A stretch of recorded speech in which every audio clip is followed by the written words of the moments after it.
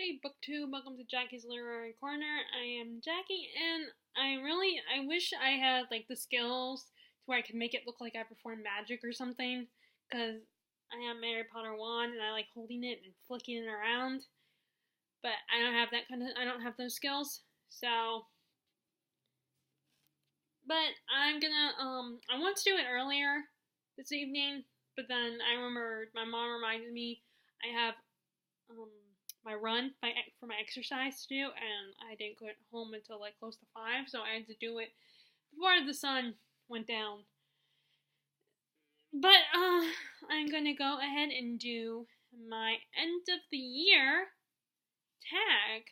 So let me move this screen over a bit so I can see the questions. All right, there you go, perfect. So here is the end of the year book tag. Question number 1.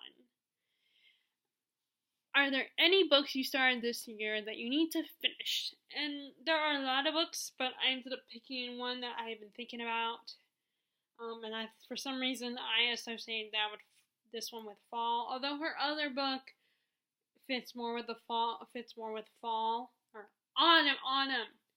Because I don't like, for some reason, I like the word autumn over fall, but I've always said fall for so many years, it's hard not to say it.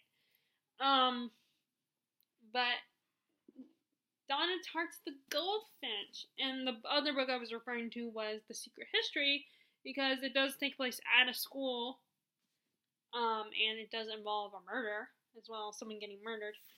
But I thought this was a very good, because it's kind of academic in a way, because it does involve a painting. But it's about this young boy who his mother died, got killed when during some kind of accident in a museum, so he's now an orphan, and he is taken in by a wealthy family. I'm looking, and that's all I really know, because like I said, I haven't read that much. I just got to the part when the museum got blown up. But it's because it's a pretty big book and there are so many books I want to read, I have not progressed very far in this book, and that's definitely something I want to work on next year, is be more focused on bigger books, which that's always been my goal, but I never seem to fulfill that goal. I'm going to try again next year and read even more bigger books, because I have read some big books. Okay, question number 2. 1, 2. Do you have an autumnal book to transition into the end of the year? And I feel like I never really understood that question. I mean, I'm able to pick an answer, but I feel like that's subjective. Like, everybody has a different definition of what a book that would be perfect to end the year that's autumnal. There's a lot of people who read most people read spooky reads during Halloween. During autumn, and some people read contemporary, academic type books. No, most people read contemporary during the spring and summer, because at least contemporary romance. And some people like reading thrillers and suspense. And some people like reading fantasy, which is where my go-to, but I read that all year round. I don't read fluffy contemporaries during although I do aim for not just fantasy, but these last couple years I've been also aiming for more academic set books. But anyway, the book I chose for this answer is Jonathan Strange and Mr. Norrell. I have the mass market paperback copy, because I still prefer getting these because they're easier to travel with when you go places on vacations and stuff, and they're cheaper. But this is basically set in, I don't know if it's the Napoleonic War. Let me see. Well, it's 1806. Oh, yeah, it is the Napoleonic Wars. and it's about two. It's basically an alternate history where magic, or it's not that alternate because I think it's the same history, same historical events, but it's as if magic exists in the world. So it reminds me a lot of the Temeraire series, where, or even Steam, or that the Leviathan series, where you have historical events, but you have something in it that's not, it didn't like actually happen. In both in the Temeraire series and in this book, it's magic. Like in the Temeraire series, it was dragons. Although I don't know if there's gonna be magic in that story. I think they're just gonna be dragons. They have to have dragon power. And in this one, it's about these two. They have magic, and it's two magicians competing for power. One is very traditional, an older guy, and then the other guy is the new guy who's, young and has all these new ideas and, is willing to go and be above and beyond. Like, he's more ambitious. And then I said the Leviathan series because our trilogy, not like The Expanse, because I know the first book is called Leviathan Wakes, but the Leviathan trilogy by Scott Westerfield, the guy who, I think it's the same guy who wrote the Ugly series, it's a steampunk trilogy set during World War I. It's if they had steam power versus Darwinism, basically. So it's kind of the same idea of something that, although Darwinism did exist, of course, Darwin was a real guy, but there wasn't any, machine, there was the steam, well, it's hard to explain. It's a very unique trilogy, and it's kind of introducing ideas that at the time, they didn't have it. Like, they create alternate versions of the Darwinism creatures, mixed with machines, I think, something like that. It's been a while since I read the trilogy. I ended up giving it to my best friend Larissa before we moved. Just from Rick, and again, Terry, if you're watching this, you both are my best friend. But anyway, enough with that. So I chose that one. Although, the answer I chose for question number 4, one of the answers for that one, I think would also be a good answer for this question, for that question I just answered. Okay, question number 3. Is there a new release you're still waiting for? And I just thought about it too, when I originally worked on what my answers would be for these questions. And one, I don't know, I think one of them just came out. Like, one of them, the book actually just came out, but, and then the other one, people are getting arcs of it, but I don't think the book's out yet. I don't think it comes out until November. Or, actually, it might come out this year, because it's kind of has a little bit of a spooky feel to it, a little creepy feel to it. And the two I'm talking about are Leigh Bardugo's The Ninth House, and then Erin Morgenstern's final second book, The Starless Sea. So, Ninth House is an adult, it's not teen, it's not YA, it's an adult story about a young woman being part of a secret society at Harvard, I believe. I think that's the school. But she finds out that it's more disturbing than she realized, I think. That's the impression I'm getting. Like, it's a lot creepier and it's more dangerous and creepy, and like supernatural. And then The Starless Sea, I don't know much about that. I just know it's Erin Morgenstern, and she's the one who wrote The Night Circus, which is a book I do need to reread. Which, again, it's kind of fun. I read that way before I joined BookTube. Like, I think my mom bought it for me, or I bought it, and I read it years ago. And then years later, I start watching BookTube and hear about people like Sam from Thoughts on Domes who absolutely love The Night Circus. I think it was her. I think she's one of the people who loves it. Or she might be someone who just hasn't read it yet. But I don't know why. And if that's the case, I don't know why. I think No, I think she's read. I think there was another book that I would assume that she had read, but she hadn't read it yet. I don't think it was the Night Circus. I think the Night Circus was one that she has read and absolutely loved. So yeah, I had to think about for a minute there. I mean, but I don't know much about the Starless Sea. I think it's also fantasy or magical realism, or kind of like the Night Circus was. Um, but like everybody else, I was anticipating, and then as soon as I joined BookTube, first of all, I find out the book is popular, more popular than I realized, and then second of all, I find out, and then a few years later, she just finally decides to write the sequel, or not the sequel, but another book, which was really exciting. Okay, so next is question number 4. Question number 5.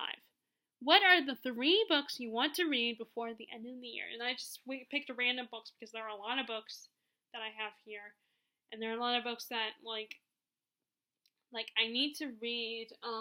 Like I'm holding off on Black Powder War because I'm hoping to get the 4th Temera book, and ideally the 5th book in for Christmas. I should put the 4th one on there, just the 5th one on there. And like there's Brandon Sanderson's books, the Elantris and Warbreaker, which are shorter than Wave Kings, and I really should read those first. And then like there's books like Rebecca, which I'm in the middle of, The Stand in the middle of, Clash of Kings, A Curse So Dark and Lonely, The Grey Wolf Throne, Middlemarch. There are so many books that I need to read that I haven't read, and there's some. It's been very hard. I mean, so far these last couple years, that's been happening where, or it's more like I'm more aware of the books I've neglected since joining BookTube, and since buying more books, especially being closer to a bookstore. Even though it doesn't have it doesn't always have the new books. It has a lot of time more the older books that I decide to check out, like Ken Follett's his 2 series that I have. More, but I ended up the ones I ended up choosing for this question are, first is I want to read another nonfiction before the end of the year, and the one I chose was one I got last Christmas, which I don't remember if I got it from my mom, dad, or my sister, but Broadway, A History of New York City in 13 Miles. It's basically the history of New York, this part of the Broadway Street, New York, and it's, like I said, it's history. I love New York, and Broadway is the best, so it was definitely appealed to me. I just haven't got around to it because it takes me, like, it's so much easier for me to get into nonfiction that's a memoir or true crime is, like, the way true crime is written is definitely more appealing. That's why I was able to read Midnight in the Garden of Good and Evil. So I think next month this is one of the books I'm gonna read for next month, along with the Walt Disney A Triumph in the American Imagination, which I did start like early in the beginning of this year, and I need to and I probably won't finish it, but it's one that I want to make a huge dent in the book. So, but this one, and it's not as big as the biography on Walt Disney, so I might potentially get it done as long as I discipline myself to finally read some more nonfiction. Because I think nonfiction could be interesting and engaging. I think you just have to be very passionate about the topic. And, so hopefully I will love this. So, anyway, the other 2 I chose were, let's see, what was the first one? I have the document right here. Next is, that's not the first one. Okay, next is The Magicians by Lev Grossman. This is basically, a lot of people say it's like Harry Potter for adults, but I don't like it when people compare books to, like, it's the next Harry Potter or it's Harry Potter for adults, you know? I don't like those comparisons. Like, just because it happens to have a magical school, you know? Because this is nothing like Harry Potter. In fact, it's kind of a although it says on the back, the blurb from George R. R. Martin, it says, "The magician is to Harry Potter as a shot of Irish whiskey is to a glass of weak tea. Hogwarts was never like this." I do love that blurb from Martin. I think that's really funny. Basically, it's about this young man, just him and his, it's just him and his best friend. He's kind of a loner, other than her, and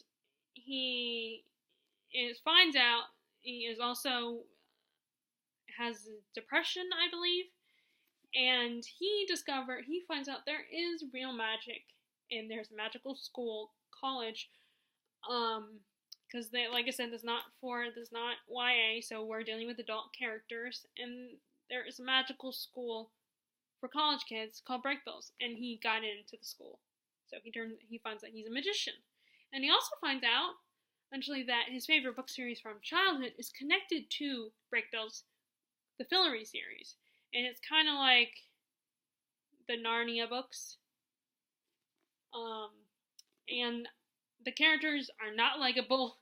They're very dysfunctional human beings, and of course I know this because I have watched the TV series, so I know what I'm getting into, and I know that our main character Quentin, not only is he a depression, but he's a horrible human being a lot of times, especially to the girl he becomes his girlfriend, who's not his best friend, despite the fact that he used to have a crush on her. So I know what he is, and I know a lot of people complain that there is not something that he does, something horrible that he does, that the author seems to brush under the rug, and I get that, but I'm here for the plot, and the fact that it's kind of a satire. I don't know if it would be considered a satire or a parody of a lot of fantasy. But anyway, I'm here for it. And then the last one, at least the three I've chosen, is Rose Manor. This is the next Stephen King book I've decided to read after Pet Sematary.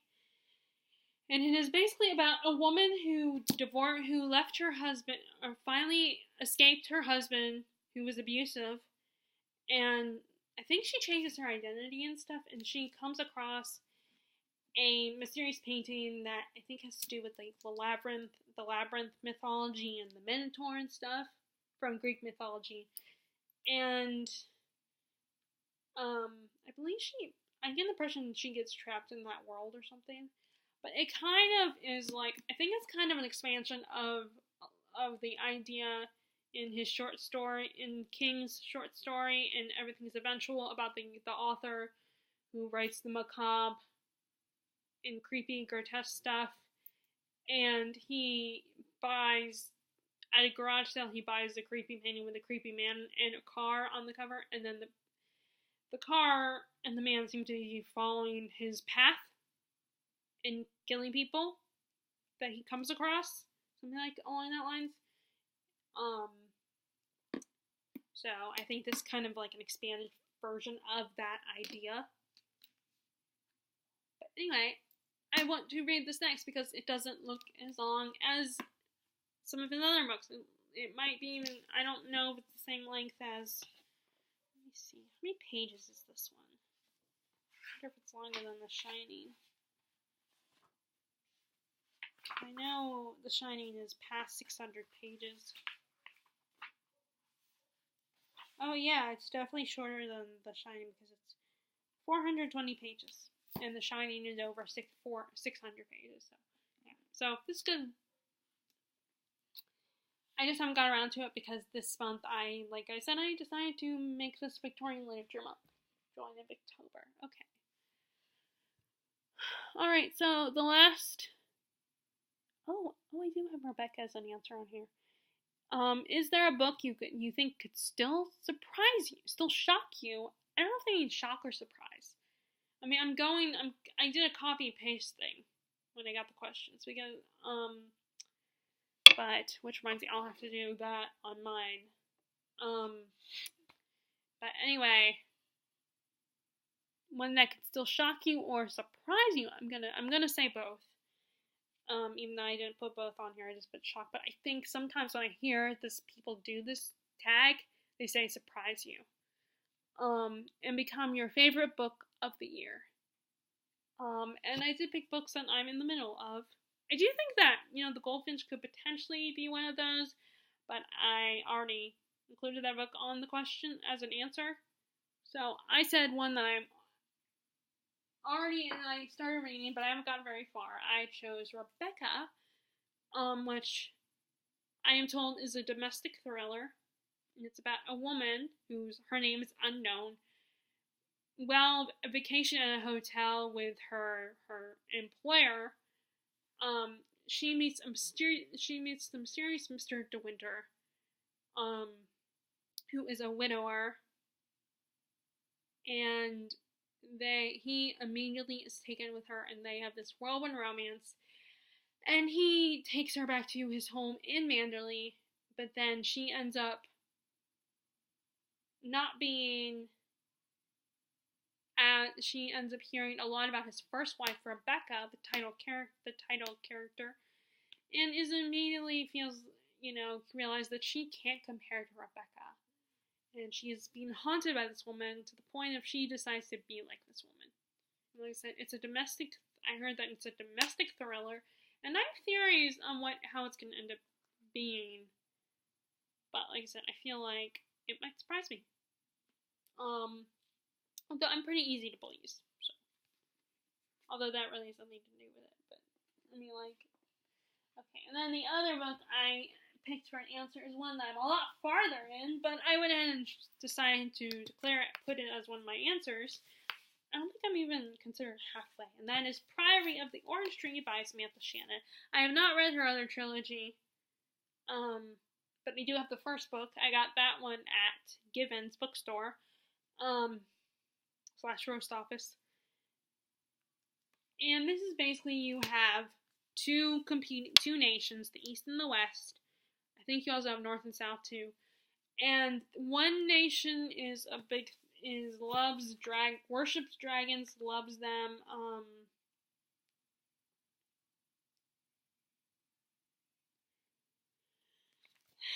and one of our main characters, one of our perspective, Tawny, is a dragon rider in training. She wants more than anything to be a rider of dragons, particularly water dragons.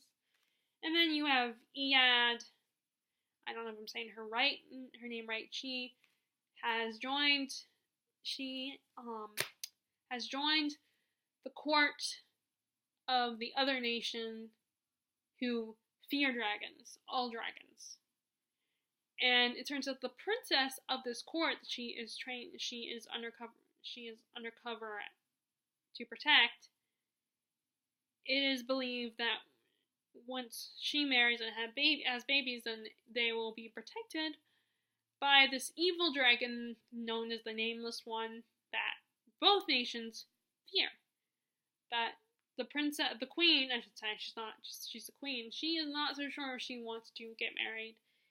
And Iyad is meant to protect her and tries to get close and gets close to her.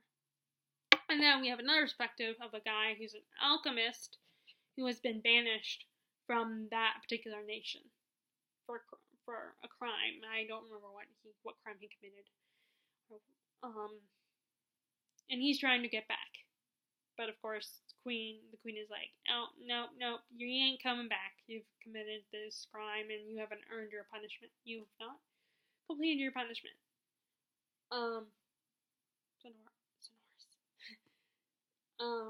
Okay, so those are the two I chose as books that will shock or surprise me because, like I said, I'm not even halfway done, so I'm gonna count it. Okay, so the last question: have you already started your reading plans for 2020? Now, at the time when I was thinking about these questions and coming up with answers, I had not thought about my plans for 2020. But as soon as I saw the question, I did start thinking about it. And as usual, I created a document. I started creating a document of goals for 2020. Now, I'm going to do a separate video for that after I film this one. But I definitely want to continue reading more of certain types of genres and stuff, and I want to get back into doing TBRs, but don't make it so rigid. But I'm not going to be so rigid about it. But I'm also not going to be overly ambitious, because part of the problem is I'm thinking about, oh, I got to read this book. Oh, I got to read this one. I haven't started this one. I got to show people that I got to show the person who gave me this book that I'm actually reading it. Basically, meaning my parents and my sister. So there's all these, and then I still have some young adult books that I want to read. And then there's series I haven't finished, so there's all these contributing factors and all these books, and I end up feeling overwhelmed. So I want to work on that next year. It's part of my goals. And I want to continue to try to read at least 2 YA, 2 nonfiction books a year, which might not happen, because sometimes nonfiction, I never feel motivated to read nonfiction. Like, because at times it can be tedious and a little boring depending on how it's written. Like, I ended up giving up on, Marie Antoinette, The Journey, by, I can't remember the author's name. I gave up on that and I ended up sending it back to where I got it, like Gibbons Bookstore, because they take donated books. So, I'm never, like, inspired to read it, but I definitely want to try to participate in Nonfiction November which is coming up, and I already told you which books I'm using for that. And I just want to, and I'm not going to say any more, actually, about it, because I want to make a separate video real quick about my goals. So that is the end of the year book tag. If you guys want to answer these questions, feel free to consider yourself tagged, or give me the answer to the questions on the comments below, or just pick one of the questions and answer, like, what are your reading plans? What are your reading plans for next year? Have you already thought about them, or do you maybe not make any plans and just you're spontaneous about it? Or tell me, what was your favorite book so far this year? Or, like, if you guys like this video, be sure to give it a thumbs up and click subscribe if you have not already, and you are just having to be passing by and watching this video. And please share it with your friends if you want, unless I'm just not the type of books I read is just not interesting to them. And, I hope you guys are enjoying your reading, and I will talk to you all later. Alright, bye!